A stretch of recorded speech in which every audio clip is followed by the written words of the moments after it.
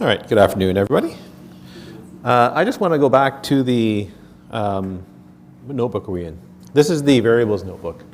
And so I want to go back to the last example that was in the notebooks and explain exactly what's going on here. Because this example is, it's very confusing what's happening in this particular example. And I'm not convinced that I explained it very well. All right, so we were talking about variables. You can store the result of an expansion in a variable. Well, at least you can store the results of many expansions in a variable. So here, in this example here, we've got the string the, it's quoted, right? And then that's followed by a brace expansion afterwards. Right? So this, if you were just to run the expansion on its own, so if I just run this part here, like so, right, you get the good, the bad, the ugly. Right? So in other words, that brace expansion expands to the, followed by good, then space, the bad, and then space, and then the ugly. Right? Now if you try to store that in a variable, you'll find that it doesn't work. So x equals. Right? So if I do that, so it runs, so it does store, so something gets stored in x, but if you print the value of x, like that, oops, sorry, like that, right, you get that, which is weird, right? And if I do that and run it, you also get that. So the quoting here doesn't look like it matters, right? And so the question is why does this not store the result of the expansion, right? So why does it store the string, the brace, good, bad, ugly, instead of storing the expansion, the good, the bad, the ugly, right? And so the answer is because of the way that the expansion here works. So if you actually could store the result of the expansion here, then it wouldn't make sense. So what happens here is, if you could store the result of expanding that thing there, then effectively what you would be doing is storing the following string. You would be storing the good, followed by the bad, followed by, followed by the, and then ugly. Right? So that's the string that you would be attempting to store. And if you try to store that, that doesn't work. Right? The reason that doesn't work is because, right, word splitting happens on that. Right? And so we get x equals the good, and then there's a space. Right? And so bash interprets the next thing in the sequence as being a command. Right? And there is no command called the space bad, so now it barfs. Right? And so that's why if you try to store the expansion that way, it doesn't work. Now you might say, well, look, I can fix this just by quoting the entire expansion.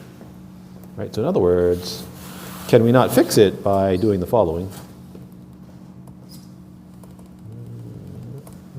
The good, bad, ugly. Right?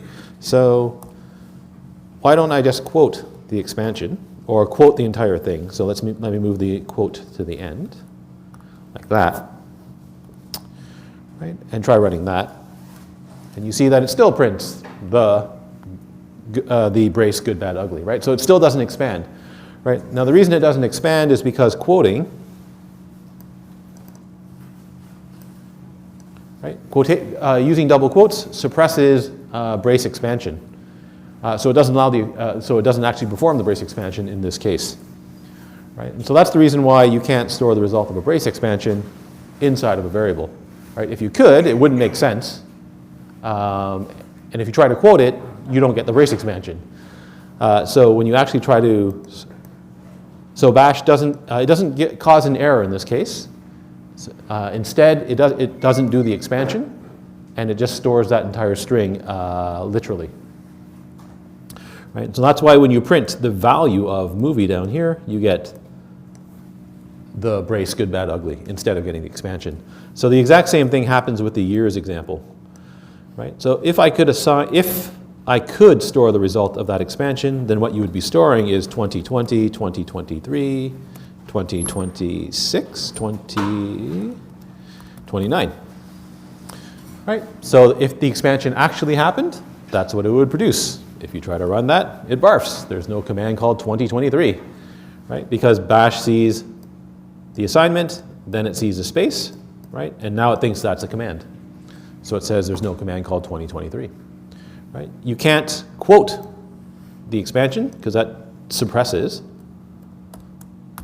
right? So quoting 2020, 2029, 3 doesn't allow the brace expansion to happen. So you just get 2020 dot dot 2029 dot dot 3. Right? So again, instead of resulting in an error here, bash just refuses to do the expansion, right? You can't store the result. This works, right? So tilde works unless this expansion works unless you happen to have a space in your in the path to your home directory, right? If you have a space in the path to the home directory, then you run into the same problem. This one is super confusing. What's happening here, right? So remember what wildcard expansion does, right? That wildcard, the star, expands to match any file name, any string, any file name that is a string followed by IPYNB, right? And so you might say, but hey, if there's lots of these files in the directory, doesn't that produce a file followed by a space, followed by a file, followed by a space, followed by a file, followed by a space, right? The answer is yes, right? So now you ask, well, why doesn't that also produce an error, right? So it produced an error back here, right? So if I tried to do 2029, 2023, something like that, right? That causes an error. So if the 2020 was a file name and then I have a space and another file name and then a space and another file name, why doesn't that cause an error, right? And the answer is it's because the expansion doesn't actually happen here, right? If you go back to the expansion notebook, file name expansion happens last, right? So it never actually happens in this statement here, right? What happens is when you print out, so when I print it out, it looks like it works, right? So it looks like when I print out, everything's fine, right? So if I run this example again, Control Enter, right? In fact, I get all of these files being printed out, right? But the reason they're getting printed out is because that notebook wasn't quoted, right? If you quote it now and run it, you see that the value that was stored in the variable actually was star.pynb, right? When you don't quote it,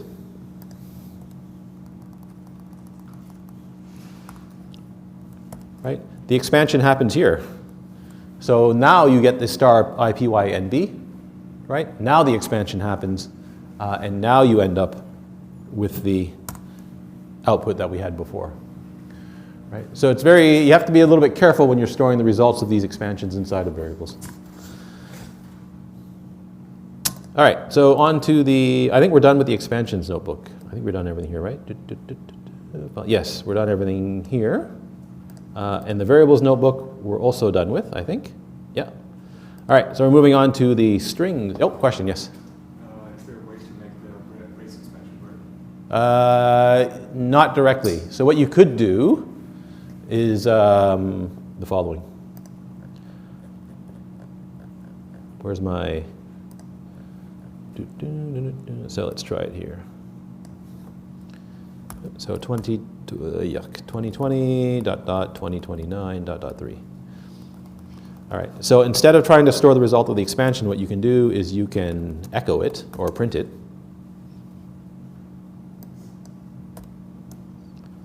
So that works, right? So what you can do is you can use a command substitution to capture that output and store the result.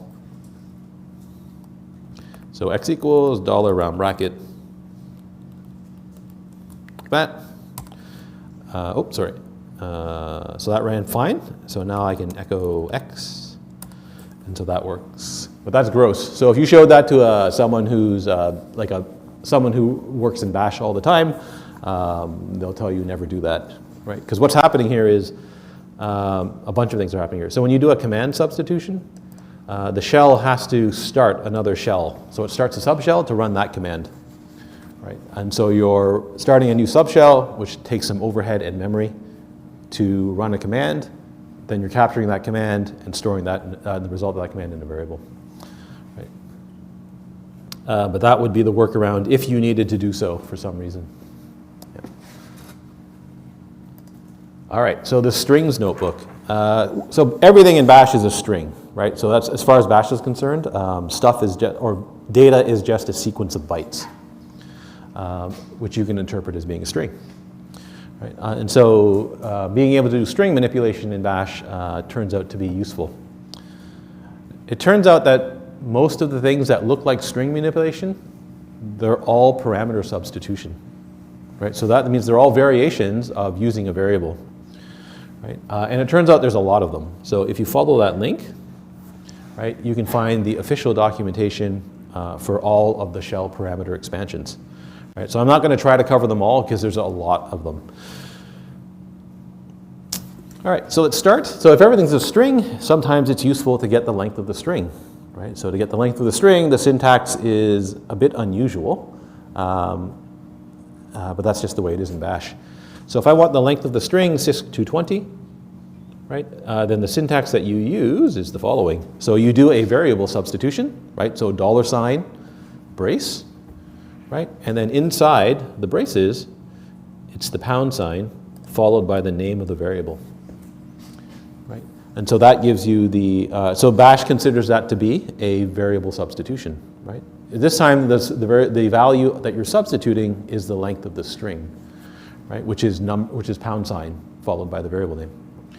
So that that syntax there produces the length of the string. The braces have to be there in this case, right? So if you remove the braces, this does not work, I'm pretty sure, yes.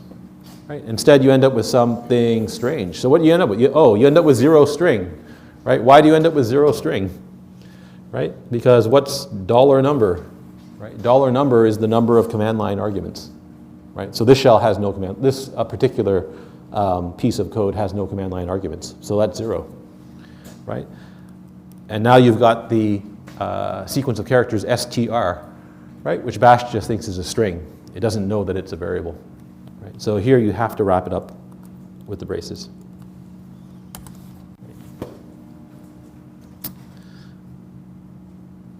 All right, can you get a substring of a string? The answer is yes. Right? So again, you're going to use the braces, right? Then you're going to use the name of the variable, right? Then there's a colon, right?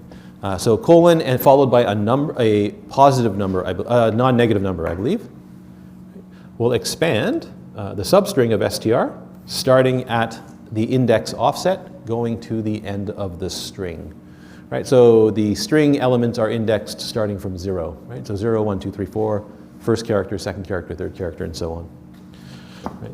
So s:0 means give me the substring of s starting at index 0 and going to the end of the string. Right? So that's obviously all the characters of s. Right? s:1 means give me the substring of s starting at the second character of s, going to the end of the string. The other version of the substring is the second one. So it's string, then colon, then the offset, then a colon, then the length. Now this is different than the way Python does things, right? So in Python, when you slice something, that second thing there is not the length, right? It's the one past the last character or the last element in the sequence, the index of the last element in the sequence, right? So you have to be a little bit careful about this, right? If you're used to Python, Bash does it differently, right? So that's the length of the substring that's being asked for here. So s:3:5 means give me the substring of s starting at the fourth character, right? And that the substring should be 5 characters long. s:34 means give me the substring of s starting at the fourth character, and this total length of the substring should be 4. Right? s:1:0 means give me the substring of s starting at index 1, and its length is 0, so that's the empty string. What this means is if you want, so sometimes it's useful to process each character of a string. So if you want 1 character at a time, then you pass in the index and the length of 1. Right? So if we run that, right, so that's all the characters of s. Right? That's the first example here. Right? The next one is the substring starting at the second character, substring starting at the third character. Right? Then we have the substring starting at the fourth character of length, and the substring should be length 5. So we have that. Right? That's the substring starting at the second character of length 1. Where'd it go? It's, oh, here. It's here. Right? And the last one's the empty string. So there's nothing printed out. Or there's a blank line. Right? So there's substring. Now offset can be negative. Right? So if you have a negative offset, then that is treated as the offset from the end of the string. Now, if you're going to use the negative offset, there has to be a space here. Right? So you can't, that space has to be there now so that it doesn't get confused and think this is something else. Right? The reason there's an offset is because colon hyphen means something else in a variable substitution. Right? So later on in this notebook, I'm going to tell you, I think we tell you what colon hyphen means. Right? So in order not to get confused that this is something else, right, you have to put the space here. So s colon minus 1 means all characters of the string starting from the last character. Right? So it's the index from the end of the string. Minus 2 means all characters starting from the second last, and so on. Right? And finally, the length can also be negative. Right? In which case, it's treated as an offset from the end of the string. Right? So the expansion yields the substring starting from index offset going to, but not including that index. Right? So here, you don't have to put the space in. Right? So there's no space between the colon and the minus sign here, because bash doesn't get confused in this case because it sees a colon something in front of the second colon something. So it knows that you're not trying to do a colon hyphen thing. Right. All right, so let me just make this a little smaller so we can read the rest of that comment. Okay, so it's all characters starting from the first going to, but not including the last. Right? So let's see what this actually works, and so it does. Right? So all characters starting from the second, going to, but not including the second last, and so on, and so on, and so forth. Okay. Removing the leading part of a string. And so if you want to remove part of a string, you want to remove the part of a string that matches some pattern. So pattern is just a sequence of characters, right? And then you can use the following syntax, right? So name of the string, followed by a single pound sign, followed by your pattern, right? So that's going to remove the shortest part of the string that matches, the shortest part of the string at the front of the string that matches the pattern. Right? Okay, so here we've got a file name, right? File.txt. Right? I'm going to try to, so I'm going to remove the shortest part of the string that matches star dot. Right? So in here you're allowed to use the wildcard characters. Right? So star. So star means match any string, right? Dot matches the period. So this is going to try to find the shortest part of this string, right, that matches star dot. So the shortest part of this string that matches star dot is file dot, right? If you use 2 pound signs, then that matches the longest leading part of the string that matches the pattern. Right? So right here, we're going to try to remove the longest part of the front of the string that matches star dot. Right? So the longest part of the front of the string that matches star dot is that. Right? Now why does this matter? It's because if you have things like a string like file.text.zip. Right? So if you use the first version, that removes the shortest part that matches star dot. So the shortest part is that. So you end up with text.zip, right? If you remove the longest part, that removes file.text.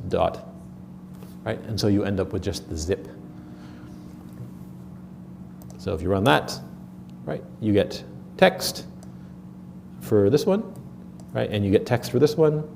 For that one, you get text.zip.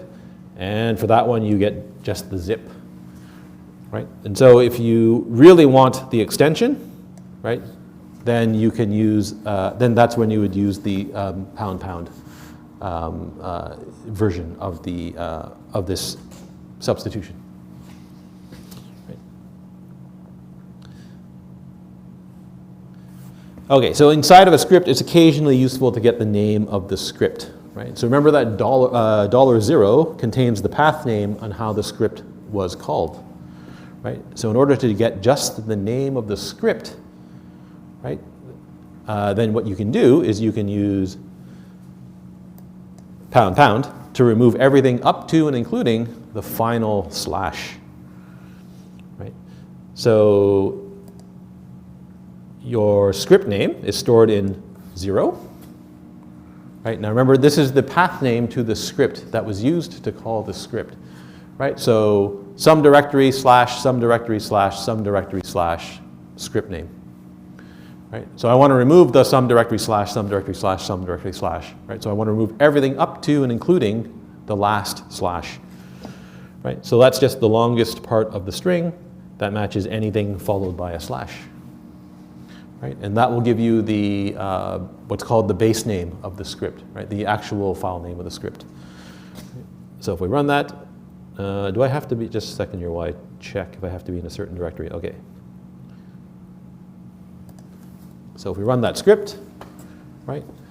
So the value of $0 is actually all of this, right? Because this is how I ran the script, right? After stripping off the longest part of the string that matches */, you end up with the script name .sh. Right, so that's one way to get what's called the base name of a file using a path. There's also a base name command. So let me just insert another cell. So there's base name. So if I ask for the base name of, if I ask for the base name of that, you'll also get the same thing. Right? So there's base name and there's, what's the other one? There's another command that gives you something else, the path instead. But it escapes me right now what it is. Okay, any questions so far? The easiest way to learn these is to actually try them out. So I recommend going into the notebook and playing around with these. Okay, if you can remove the front part of the string that matches a pattern, can you remove the end part of a string that matches a pattern? The answer is yes. Right, so now it's the %. So it works the same way. Single % followed by the pattern matches the shortest part at the end of the string that matches the pattern. Right? %, followed by the pattern matches the longest part of the end of the string that matches the pattern. Okay, so here I'm using %.*, right? So dot means matches the dot, right? Star matches any string. So remove the trailing part of the string, the shortest part of the string at the end that matches .*. So that would remove the text, .text, right? And this one removes the longest part, so that also removes the .text, right? Again, when we have the example of a file name that's got 2 periods in it, right? So that will remove the trailing part of the string, the shortest trailing part of the string that matches a .*, so it will remove that, and it'll leave you with file.txt, right? And then there's %, %, so remove the longest part at the end of the string that matches dot followed by anything, and so that it will remove all of that. So here we should get file.txt, and file. And we do. Right.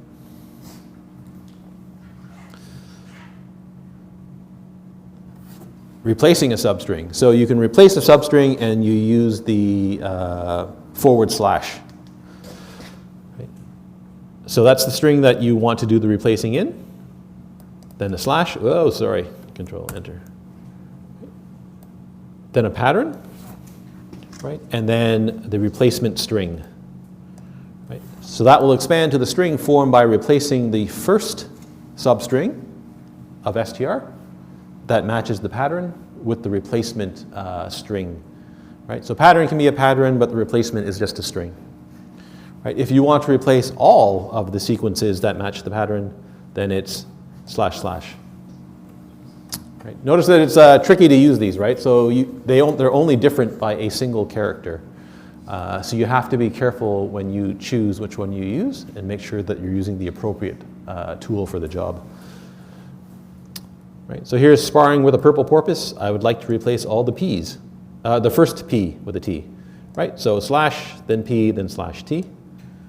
That will replace the first occurrence. So we're going to get starring with a purple porpoise. Right? That replaces all P's with a T. So you get starring with a turtle tortoise.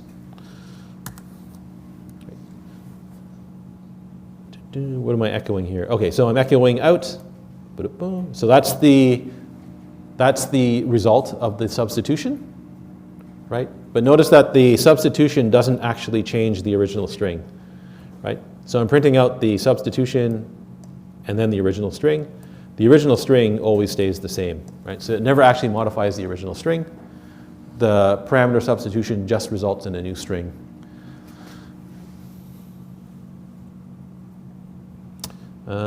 What's this one? Replace the first occurrence. Aren't these the same? These are the same. I don't know why there's a duplicated notebook here. Sorry, a duplicated cell. Is there a reason? They're the same, right? Yeah, they're the same. So I don't know. I'm not sure why that cell is there. Okay, so if you want to remove something from a string, then all you do is do a replacement, and then the replacement string is the empty string. Right? So I can remove all the P's like that. Right? Or the first P, and I can remove all P's like that. Right? Again, it doesn't actually change the original string. Right? It just returns a new string with the characters removed in this case. Right? So here I remove the first P. So you get starring, and then here all the P's are removed. Right? But again, the original string never changes. Right? If you want to change the original string, you have to assign the substitution back to the original string. Okay, case conversion. So this shows up on assignment 2 in one of the questions. So in assignment 2, you're asked to, at some point, you have to take a file name and turn it into all uppercase. And so this is how you would do that. So if the comma, followed by a pattern, expands the string formed by possibly converting the first character of string to lowercase. Right? The conversion occurs if the first character of string matches pattern, otherwise the expansion is equal to string. Right? So that's very confusing. Right? If you use the caret, then that's similar to using a comma, except that does the uppercase conversion. Right? Okay, so let's read that one more time. So that thing there expands to the string formed by possibly converting the first character of string to lowercase. Right? When does the conversion occur? So it occurs if the first character of string matches that pattern there. Right? Otherwise, the expansion is equal to string. Okay, so let's take a look at some examples. So here is string comma A. Right? So this will replace the A with a lowercase a. Right?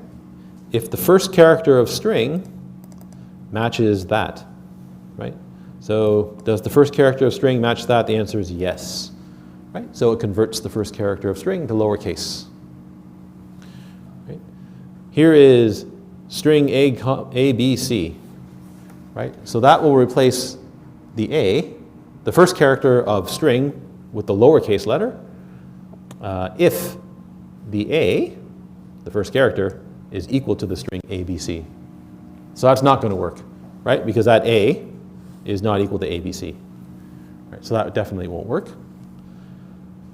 Square brackets. So remember what square brackets does, right? Square brackets defines a character class, right? So the character class ABC matches the single A, the single B, or the single C, right? So if the first character of str matches A, B, or C, the replacement will occur. Right? So it should occur there. If it's a question mark, the replacement always occurs. Right? So that will definitely replace the uppercase A with the lowercase a. Right? And if the pattern is missing, right, bash assumes question mark. So that will also always replace. Right? So we should get lowercase a here, lowercase a here, lowercase a here, lowercase a here, uppercase K, in case number 2. And that's what we get.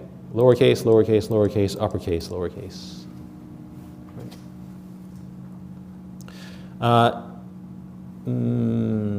Right, never mind. Okay. So going the opposite way, so if I want to convert the first character to uppercase, right, then it's the exact same thing except the comma becomes a caret. Right? So replace the first character of str with its lowercase, with its uppercase version, if it matches lowercase x. Right? So if the first character of string is x, lowercase x, then convert it to uppercase. Right? If the first character of string is xyz, then replace it with the uppercase version. So that's not going to happen. Right? If the first character of string matches u, v, or x, then the conversion happens. Right? Always do the conversion. Always do the conversion. Right? So we should get uppercase x for all cases except the second one. And we do. Right? If you want to convert all the characters to upper or lowercase, that's when you use comma, comma, or caret, caret. Right? So this will attempt to do the conversion of each character one at a time. All right. So I'm using comma, comma here. So we're going to process str one character at a time. Right? Replace the character if it matches uppercase B. Right? So that will convert that uppercase B, into lowercase b in this case. Right? The second one here says replace a given character of str with the lowercase version if the character matches that string. So a character is never going to match that string, so this is never going to happen. Convert any capital A, B, or C to lowercase. So that should convert the first 3 to lowercase. Replace everything, right? So always do the conversion, right? So that will convert every character to lowercase. Comma, comma will also do the same thing. Convert every character to lowercase. Right? So the first one here only converts the B. Second one doesn't convert anything. Third one converts the A, B, or C. And then the last 2 will convert everything. So convert the B. Nothing gets converted. A, B, and C get converted. All the characters get converted. All the characters get converted. The same thing happens with the caret. Right? So to upper class everything, if you want to convert all the characters in a string to uppercase, right? Use that, but replace the comma, comma with caret, caret, and that will convert the string to uppercase.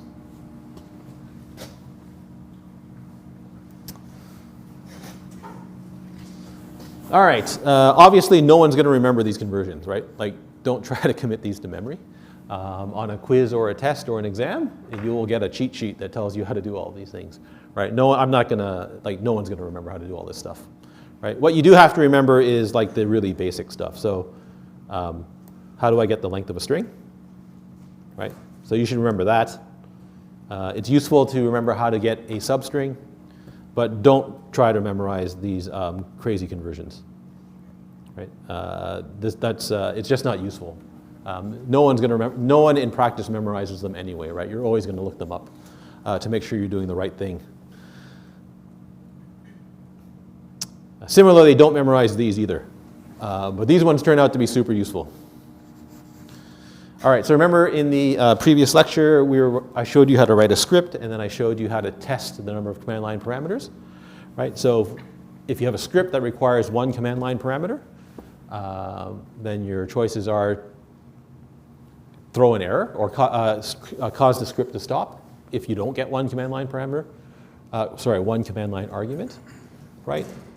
But I also showed you a second example where if you needed one command line argument and you didn't get it, you replace, you replace the command line, you assign a different value to the command line argument, right? And so I think that was the, let me see if I can just pull it up very quickly. Oh, wait, which one? This one. So I think that was, hopefully I have it here. So, it's this one. So this was the hello you script, right? So this is the script that prints hello, comma, then the username, then the name that was passed in as the command line argument, right? And so here, if the number of command line arguments is greater than 0, we greet we print a greeting using the first command line argument. Oh, this one actually exits with an error. Well, let's fix that. Code. So let's change this one up then. Oh wait, no, it's the other one, right? It's the make the named shell one. Do I have it here? Oh, let me just quickly open that up. So, named shell. No, I didn't change that one either. All right, so let's do this. Sorry. One more time. Let's try.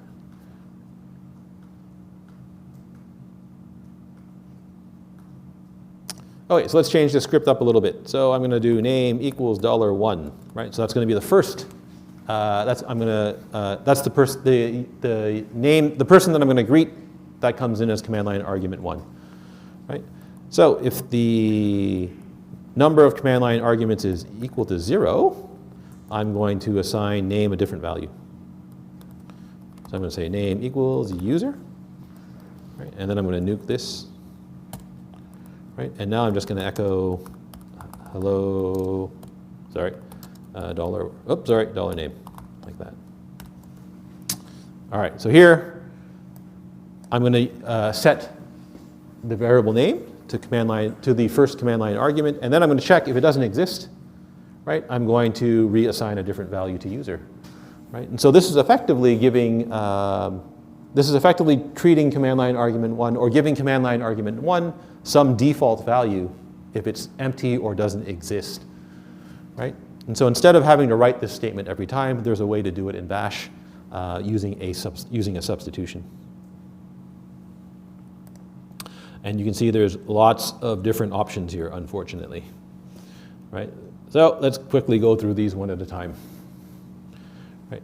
So in each case, str is the name of a variable or parameter, right? So it could be one of the positional parameters, right? So 1, 2, 3, 4, 5, 6, 7, 8, 9, 10. Okay, so if the expansion is some variable, followed by a hyphen, followed by a word, or another string, right? Then the result of the expansion is as follows, right? So if string is not empty, right, then the result of that expansion is just the original string. Right? Okay, now if the string is empty, right, then the result of the expansion is the empty string. So again, it's just the original string. If the string is unset, so that means if the variable doesn't exist, right, then what happens is the result of that expansion is the word, right? So if this variable string doesn't exist, str doesn't exist, then the expansion ends up being whatever string is stored in word, right? So if the variable doesn't exist, then you can replace the non-existing variable with a different string, right? Here's colon hyphen. Right, so the only difference with the colon, when you put in the colon, it happens in the second column here. Right? So in other words, this behaves exactly the same as the previous one unless the string is empty. Right? So here, if the string is empty or if it's unset, right, then you end up with the word being for the substitution. Right? If the string already exists, you just end up with the string. Okay, so in both of these expansions, right, the original variable str is unaffected, right? So the result of the expansion is word if it's unset or empty, right? But the original str is not, the original string, the original variable str is unchanged. Right? If you actually want to change str, right, you actually want to change the original string, then you can use the equals operator here. Right? So equals and colons equals does the same thing as hyphen, except now the word is also assigned to str. Right? So this will actually set str now in this case. Right? So string equals word. If string is unset, right, then the expansion produces the word, and it also assigns the word to str. Colon equals means if the string is empty or unset, right, the expansion produces the word, and it also assigns the word to str. Right? And so these are all handy for assigning, either assigning a value to an empty or non-existent variable, or replacing a non-existent or empty variable with some other string. Right? So right here, the in brief is probably more useful to read. Right? So the minus variations are useful for producing default values from unset or empty variables. Right? The equal variations are useful for setting default values to unset or empty variables. Right? Note, you can't set the positional parameters, so that's not useful for assigning a value to $1, for example. Okay, so I can use that minus variation to rewrite my hello U script. Right? So instead of writing all of this, I can write the following. Right? So I'm going to write, let me just have my table handy. Right? So dollar, brace, right? So if it's unset or empty, I want to give name a value. Right? So if $1 is unset or empty, I want to give it a value. So I want colon, hyphen, user. Right? Now I don't need this anymore.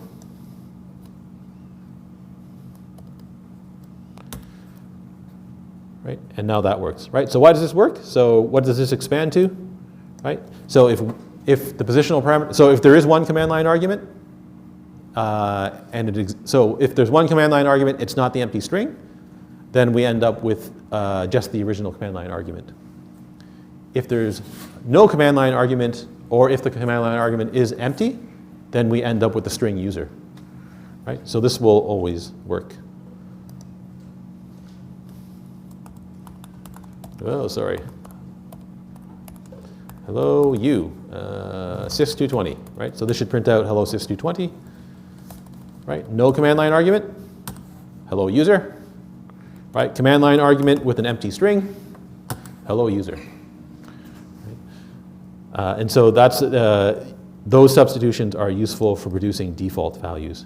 Right? Now there's a bunch of other ones as well. So there's the plus and the question mark substitutions that we also exist. Right? If you want to find out how to use those, right, you can read the in brief, or you can study the table and figure out what's going on. Right? So the plus variations are useful for producing alternate values from a set variable. Right? So if a variable is set and you actually want the result to be something else, then you can use plus. Right? Question mark is useful if you need to if you need to cause an error to happen. There is a script that you can play around with. So there's a script called empty.sh that you can look at, and it illustrates all of the different, what are these called? Is there a name for these? I guess it illustrates all of the ways of dealing with unset or empty strings. All right, any questions? So there's actually a bunch of other string substitutions, parameter substitutions that you can do. Right? These are only the ones that I think are useful for this particular course, right? But there are many others that you can do. If you are interested in those other ones, then click the documentation for that. And if you're having trouble falling asleep, go ahead and read that webpage, because it's full of stuff like this, right? All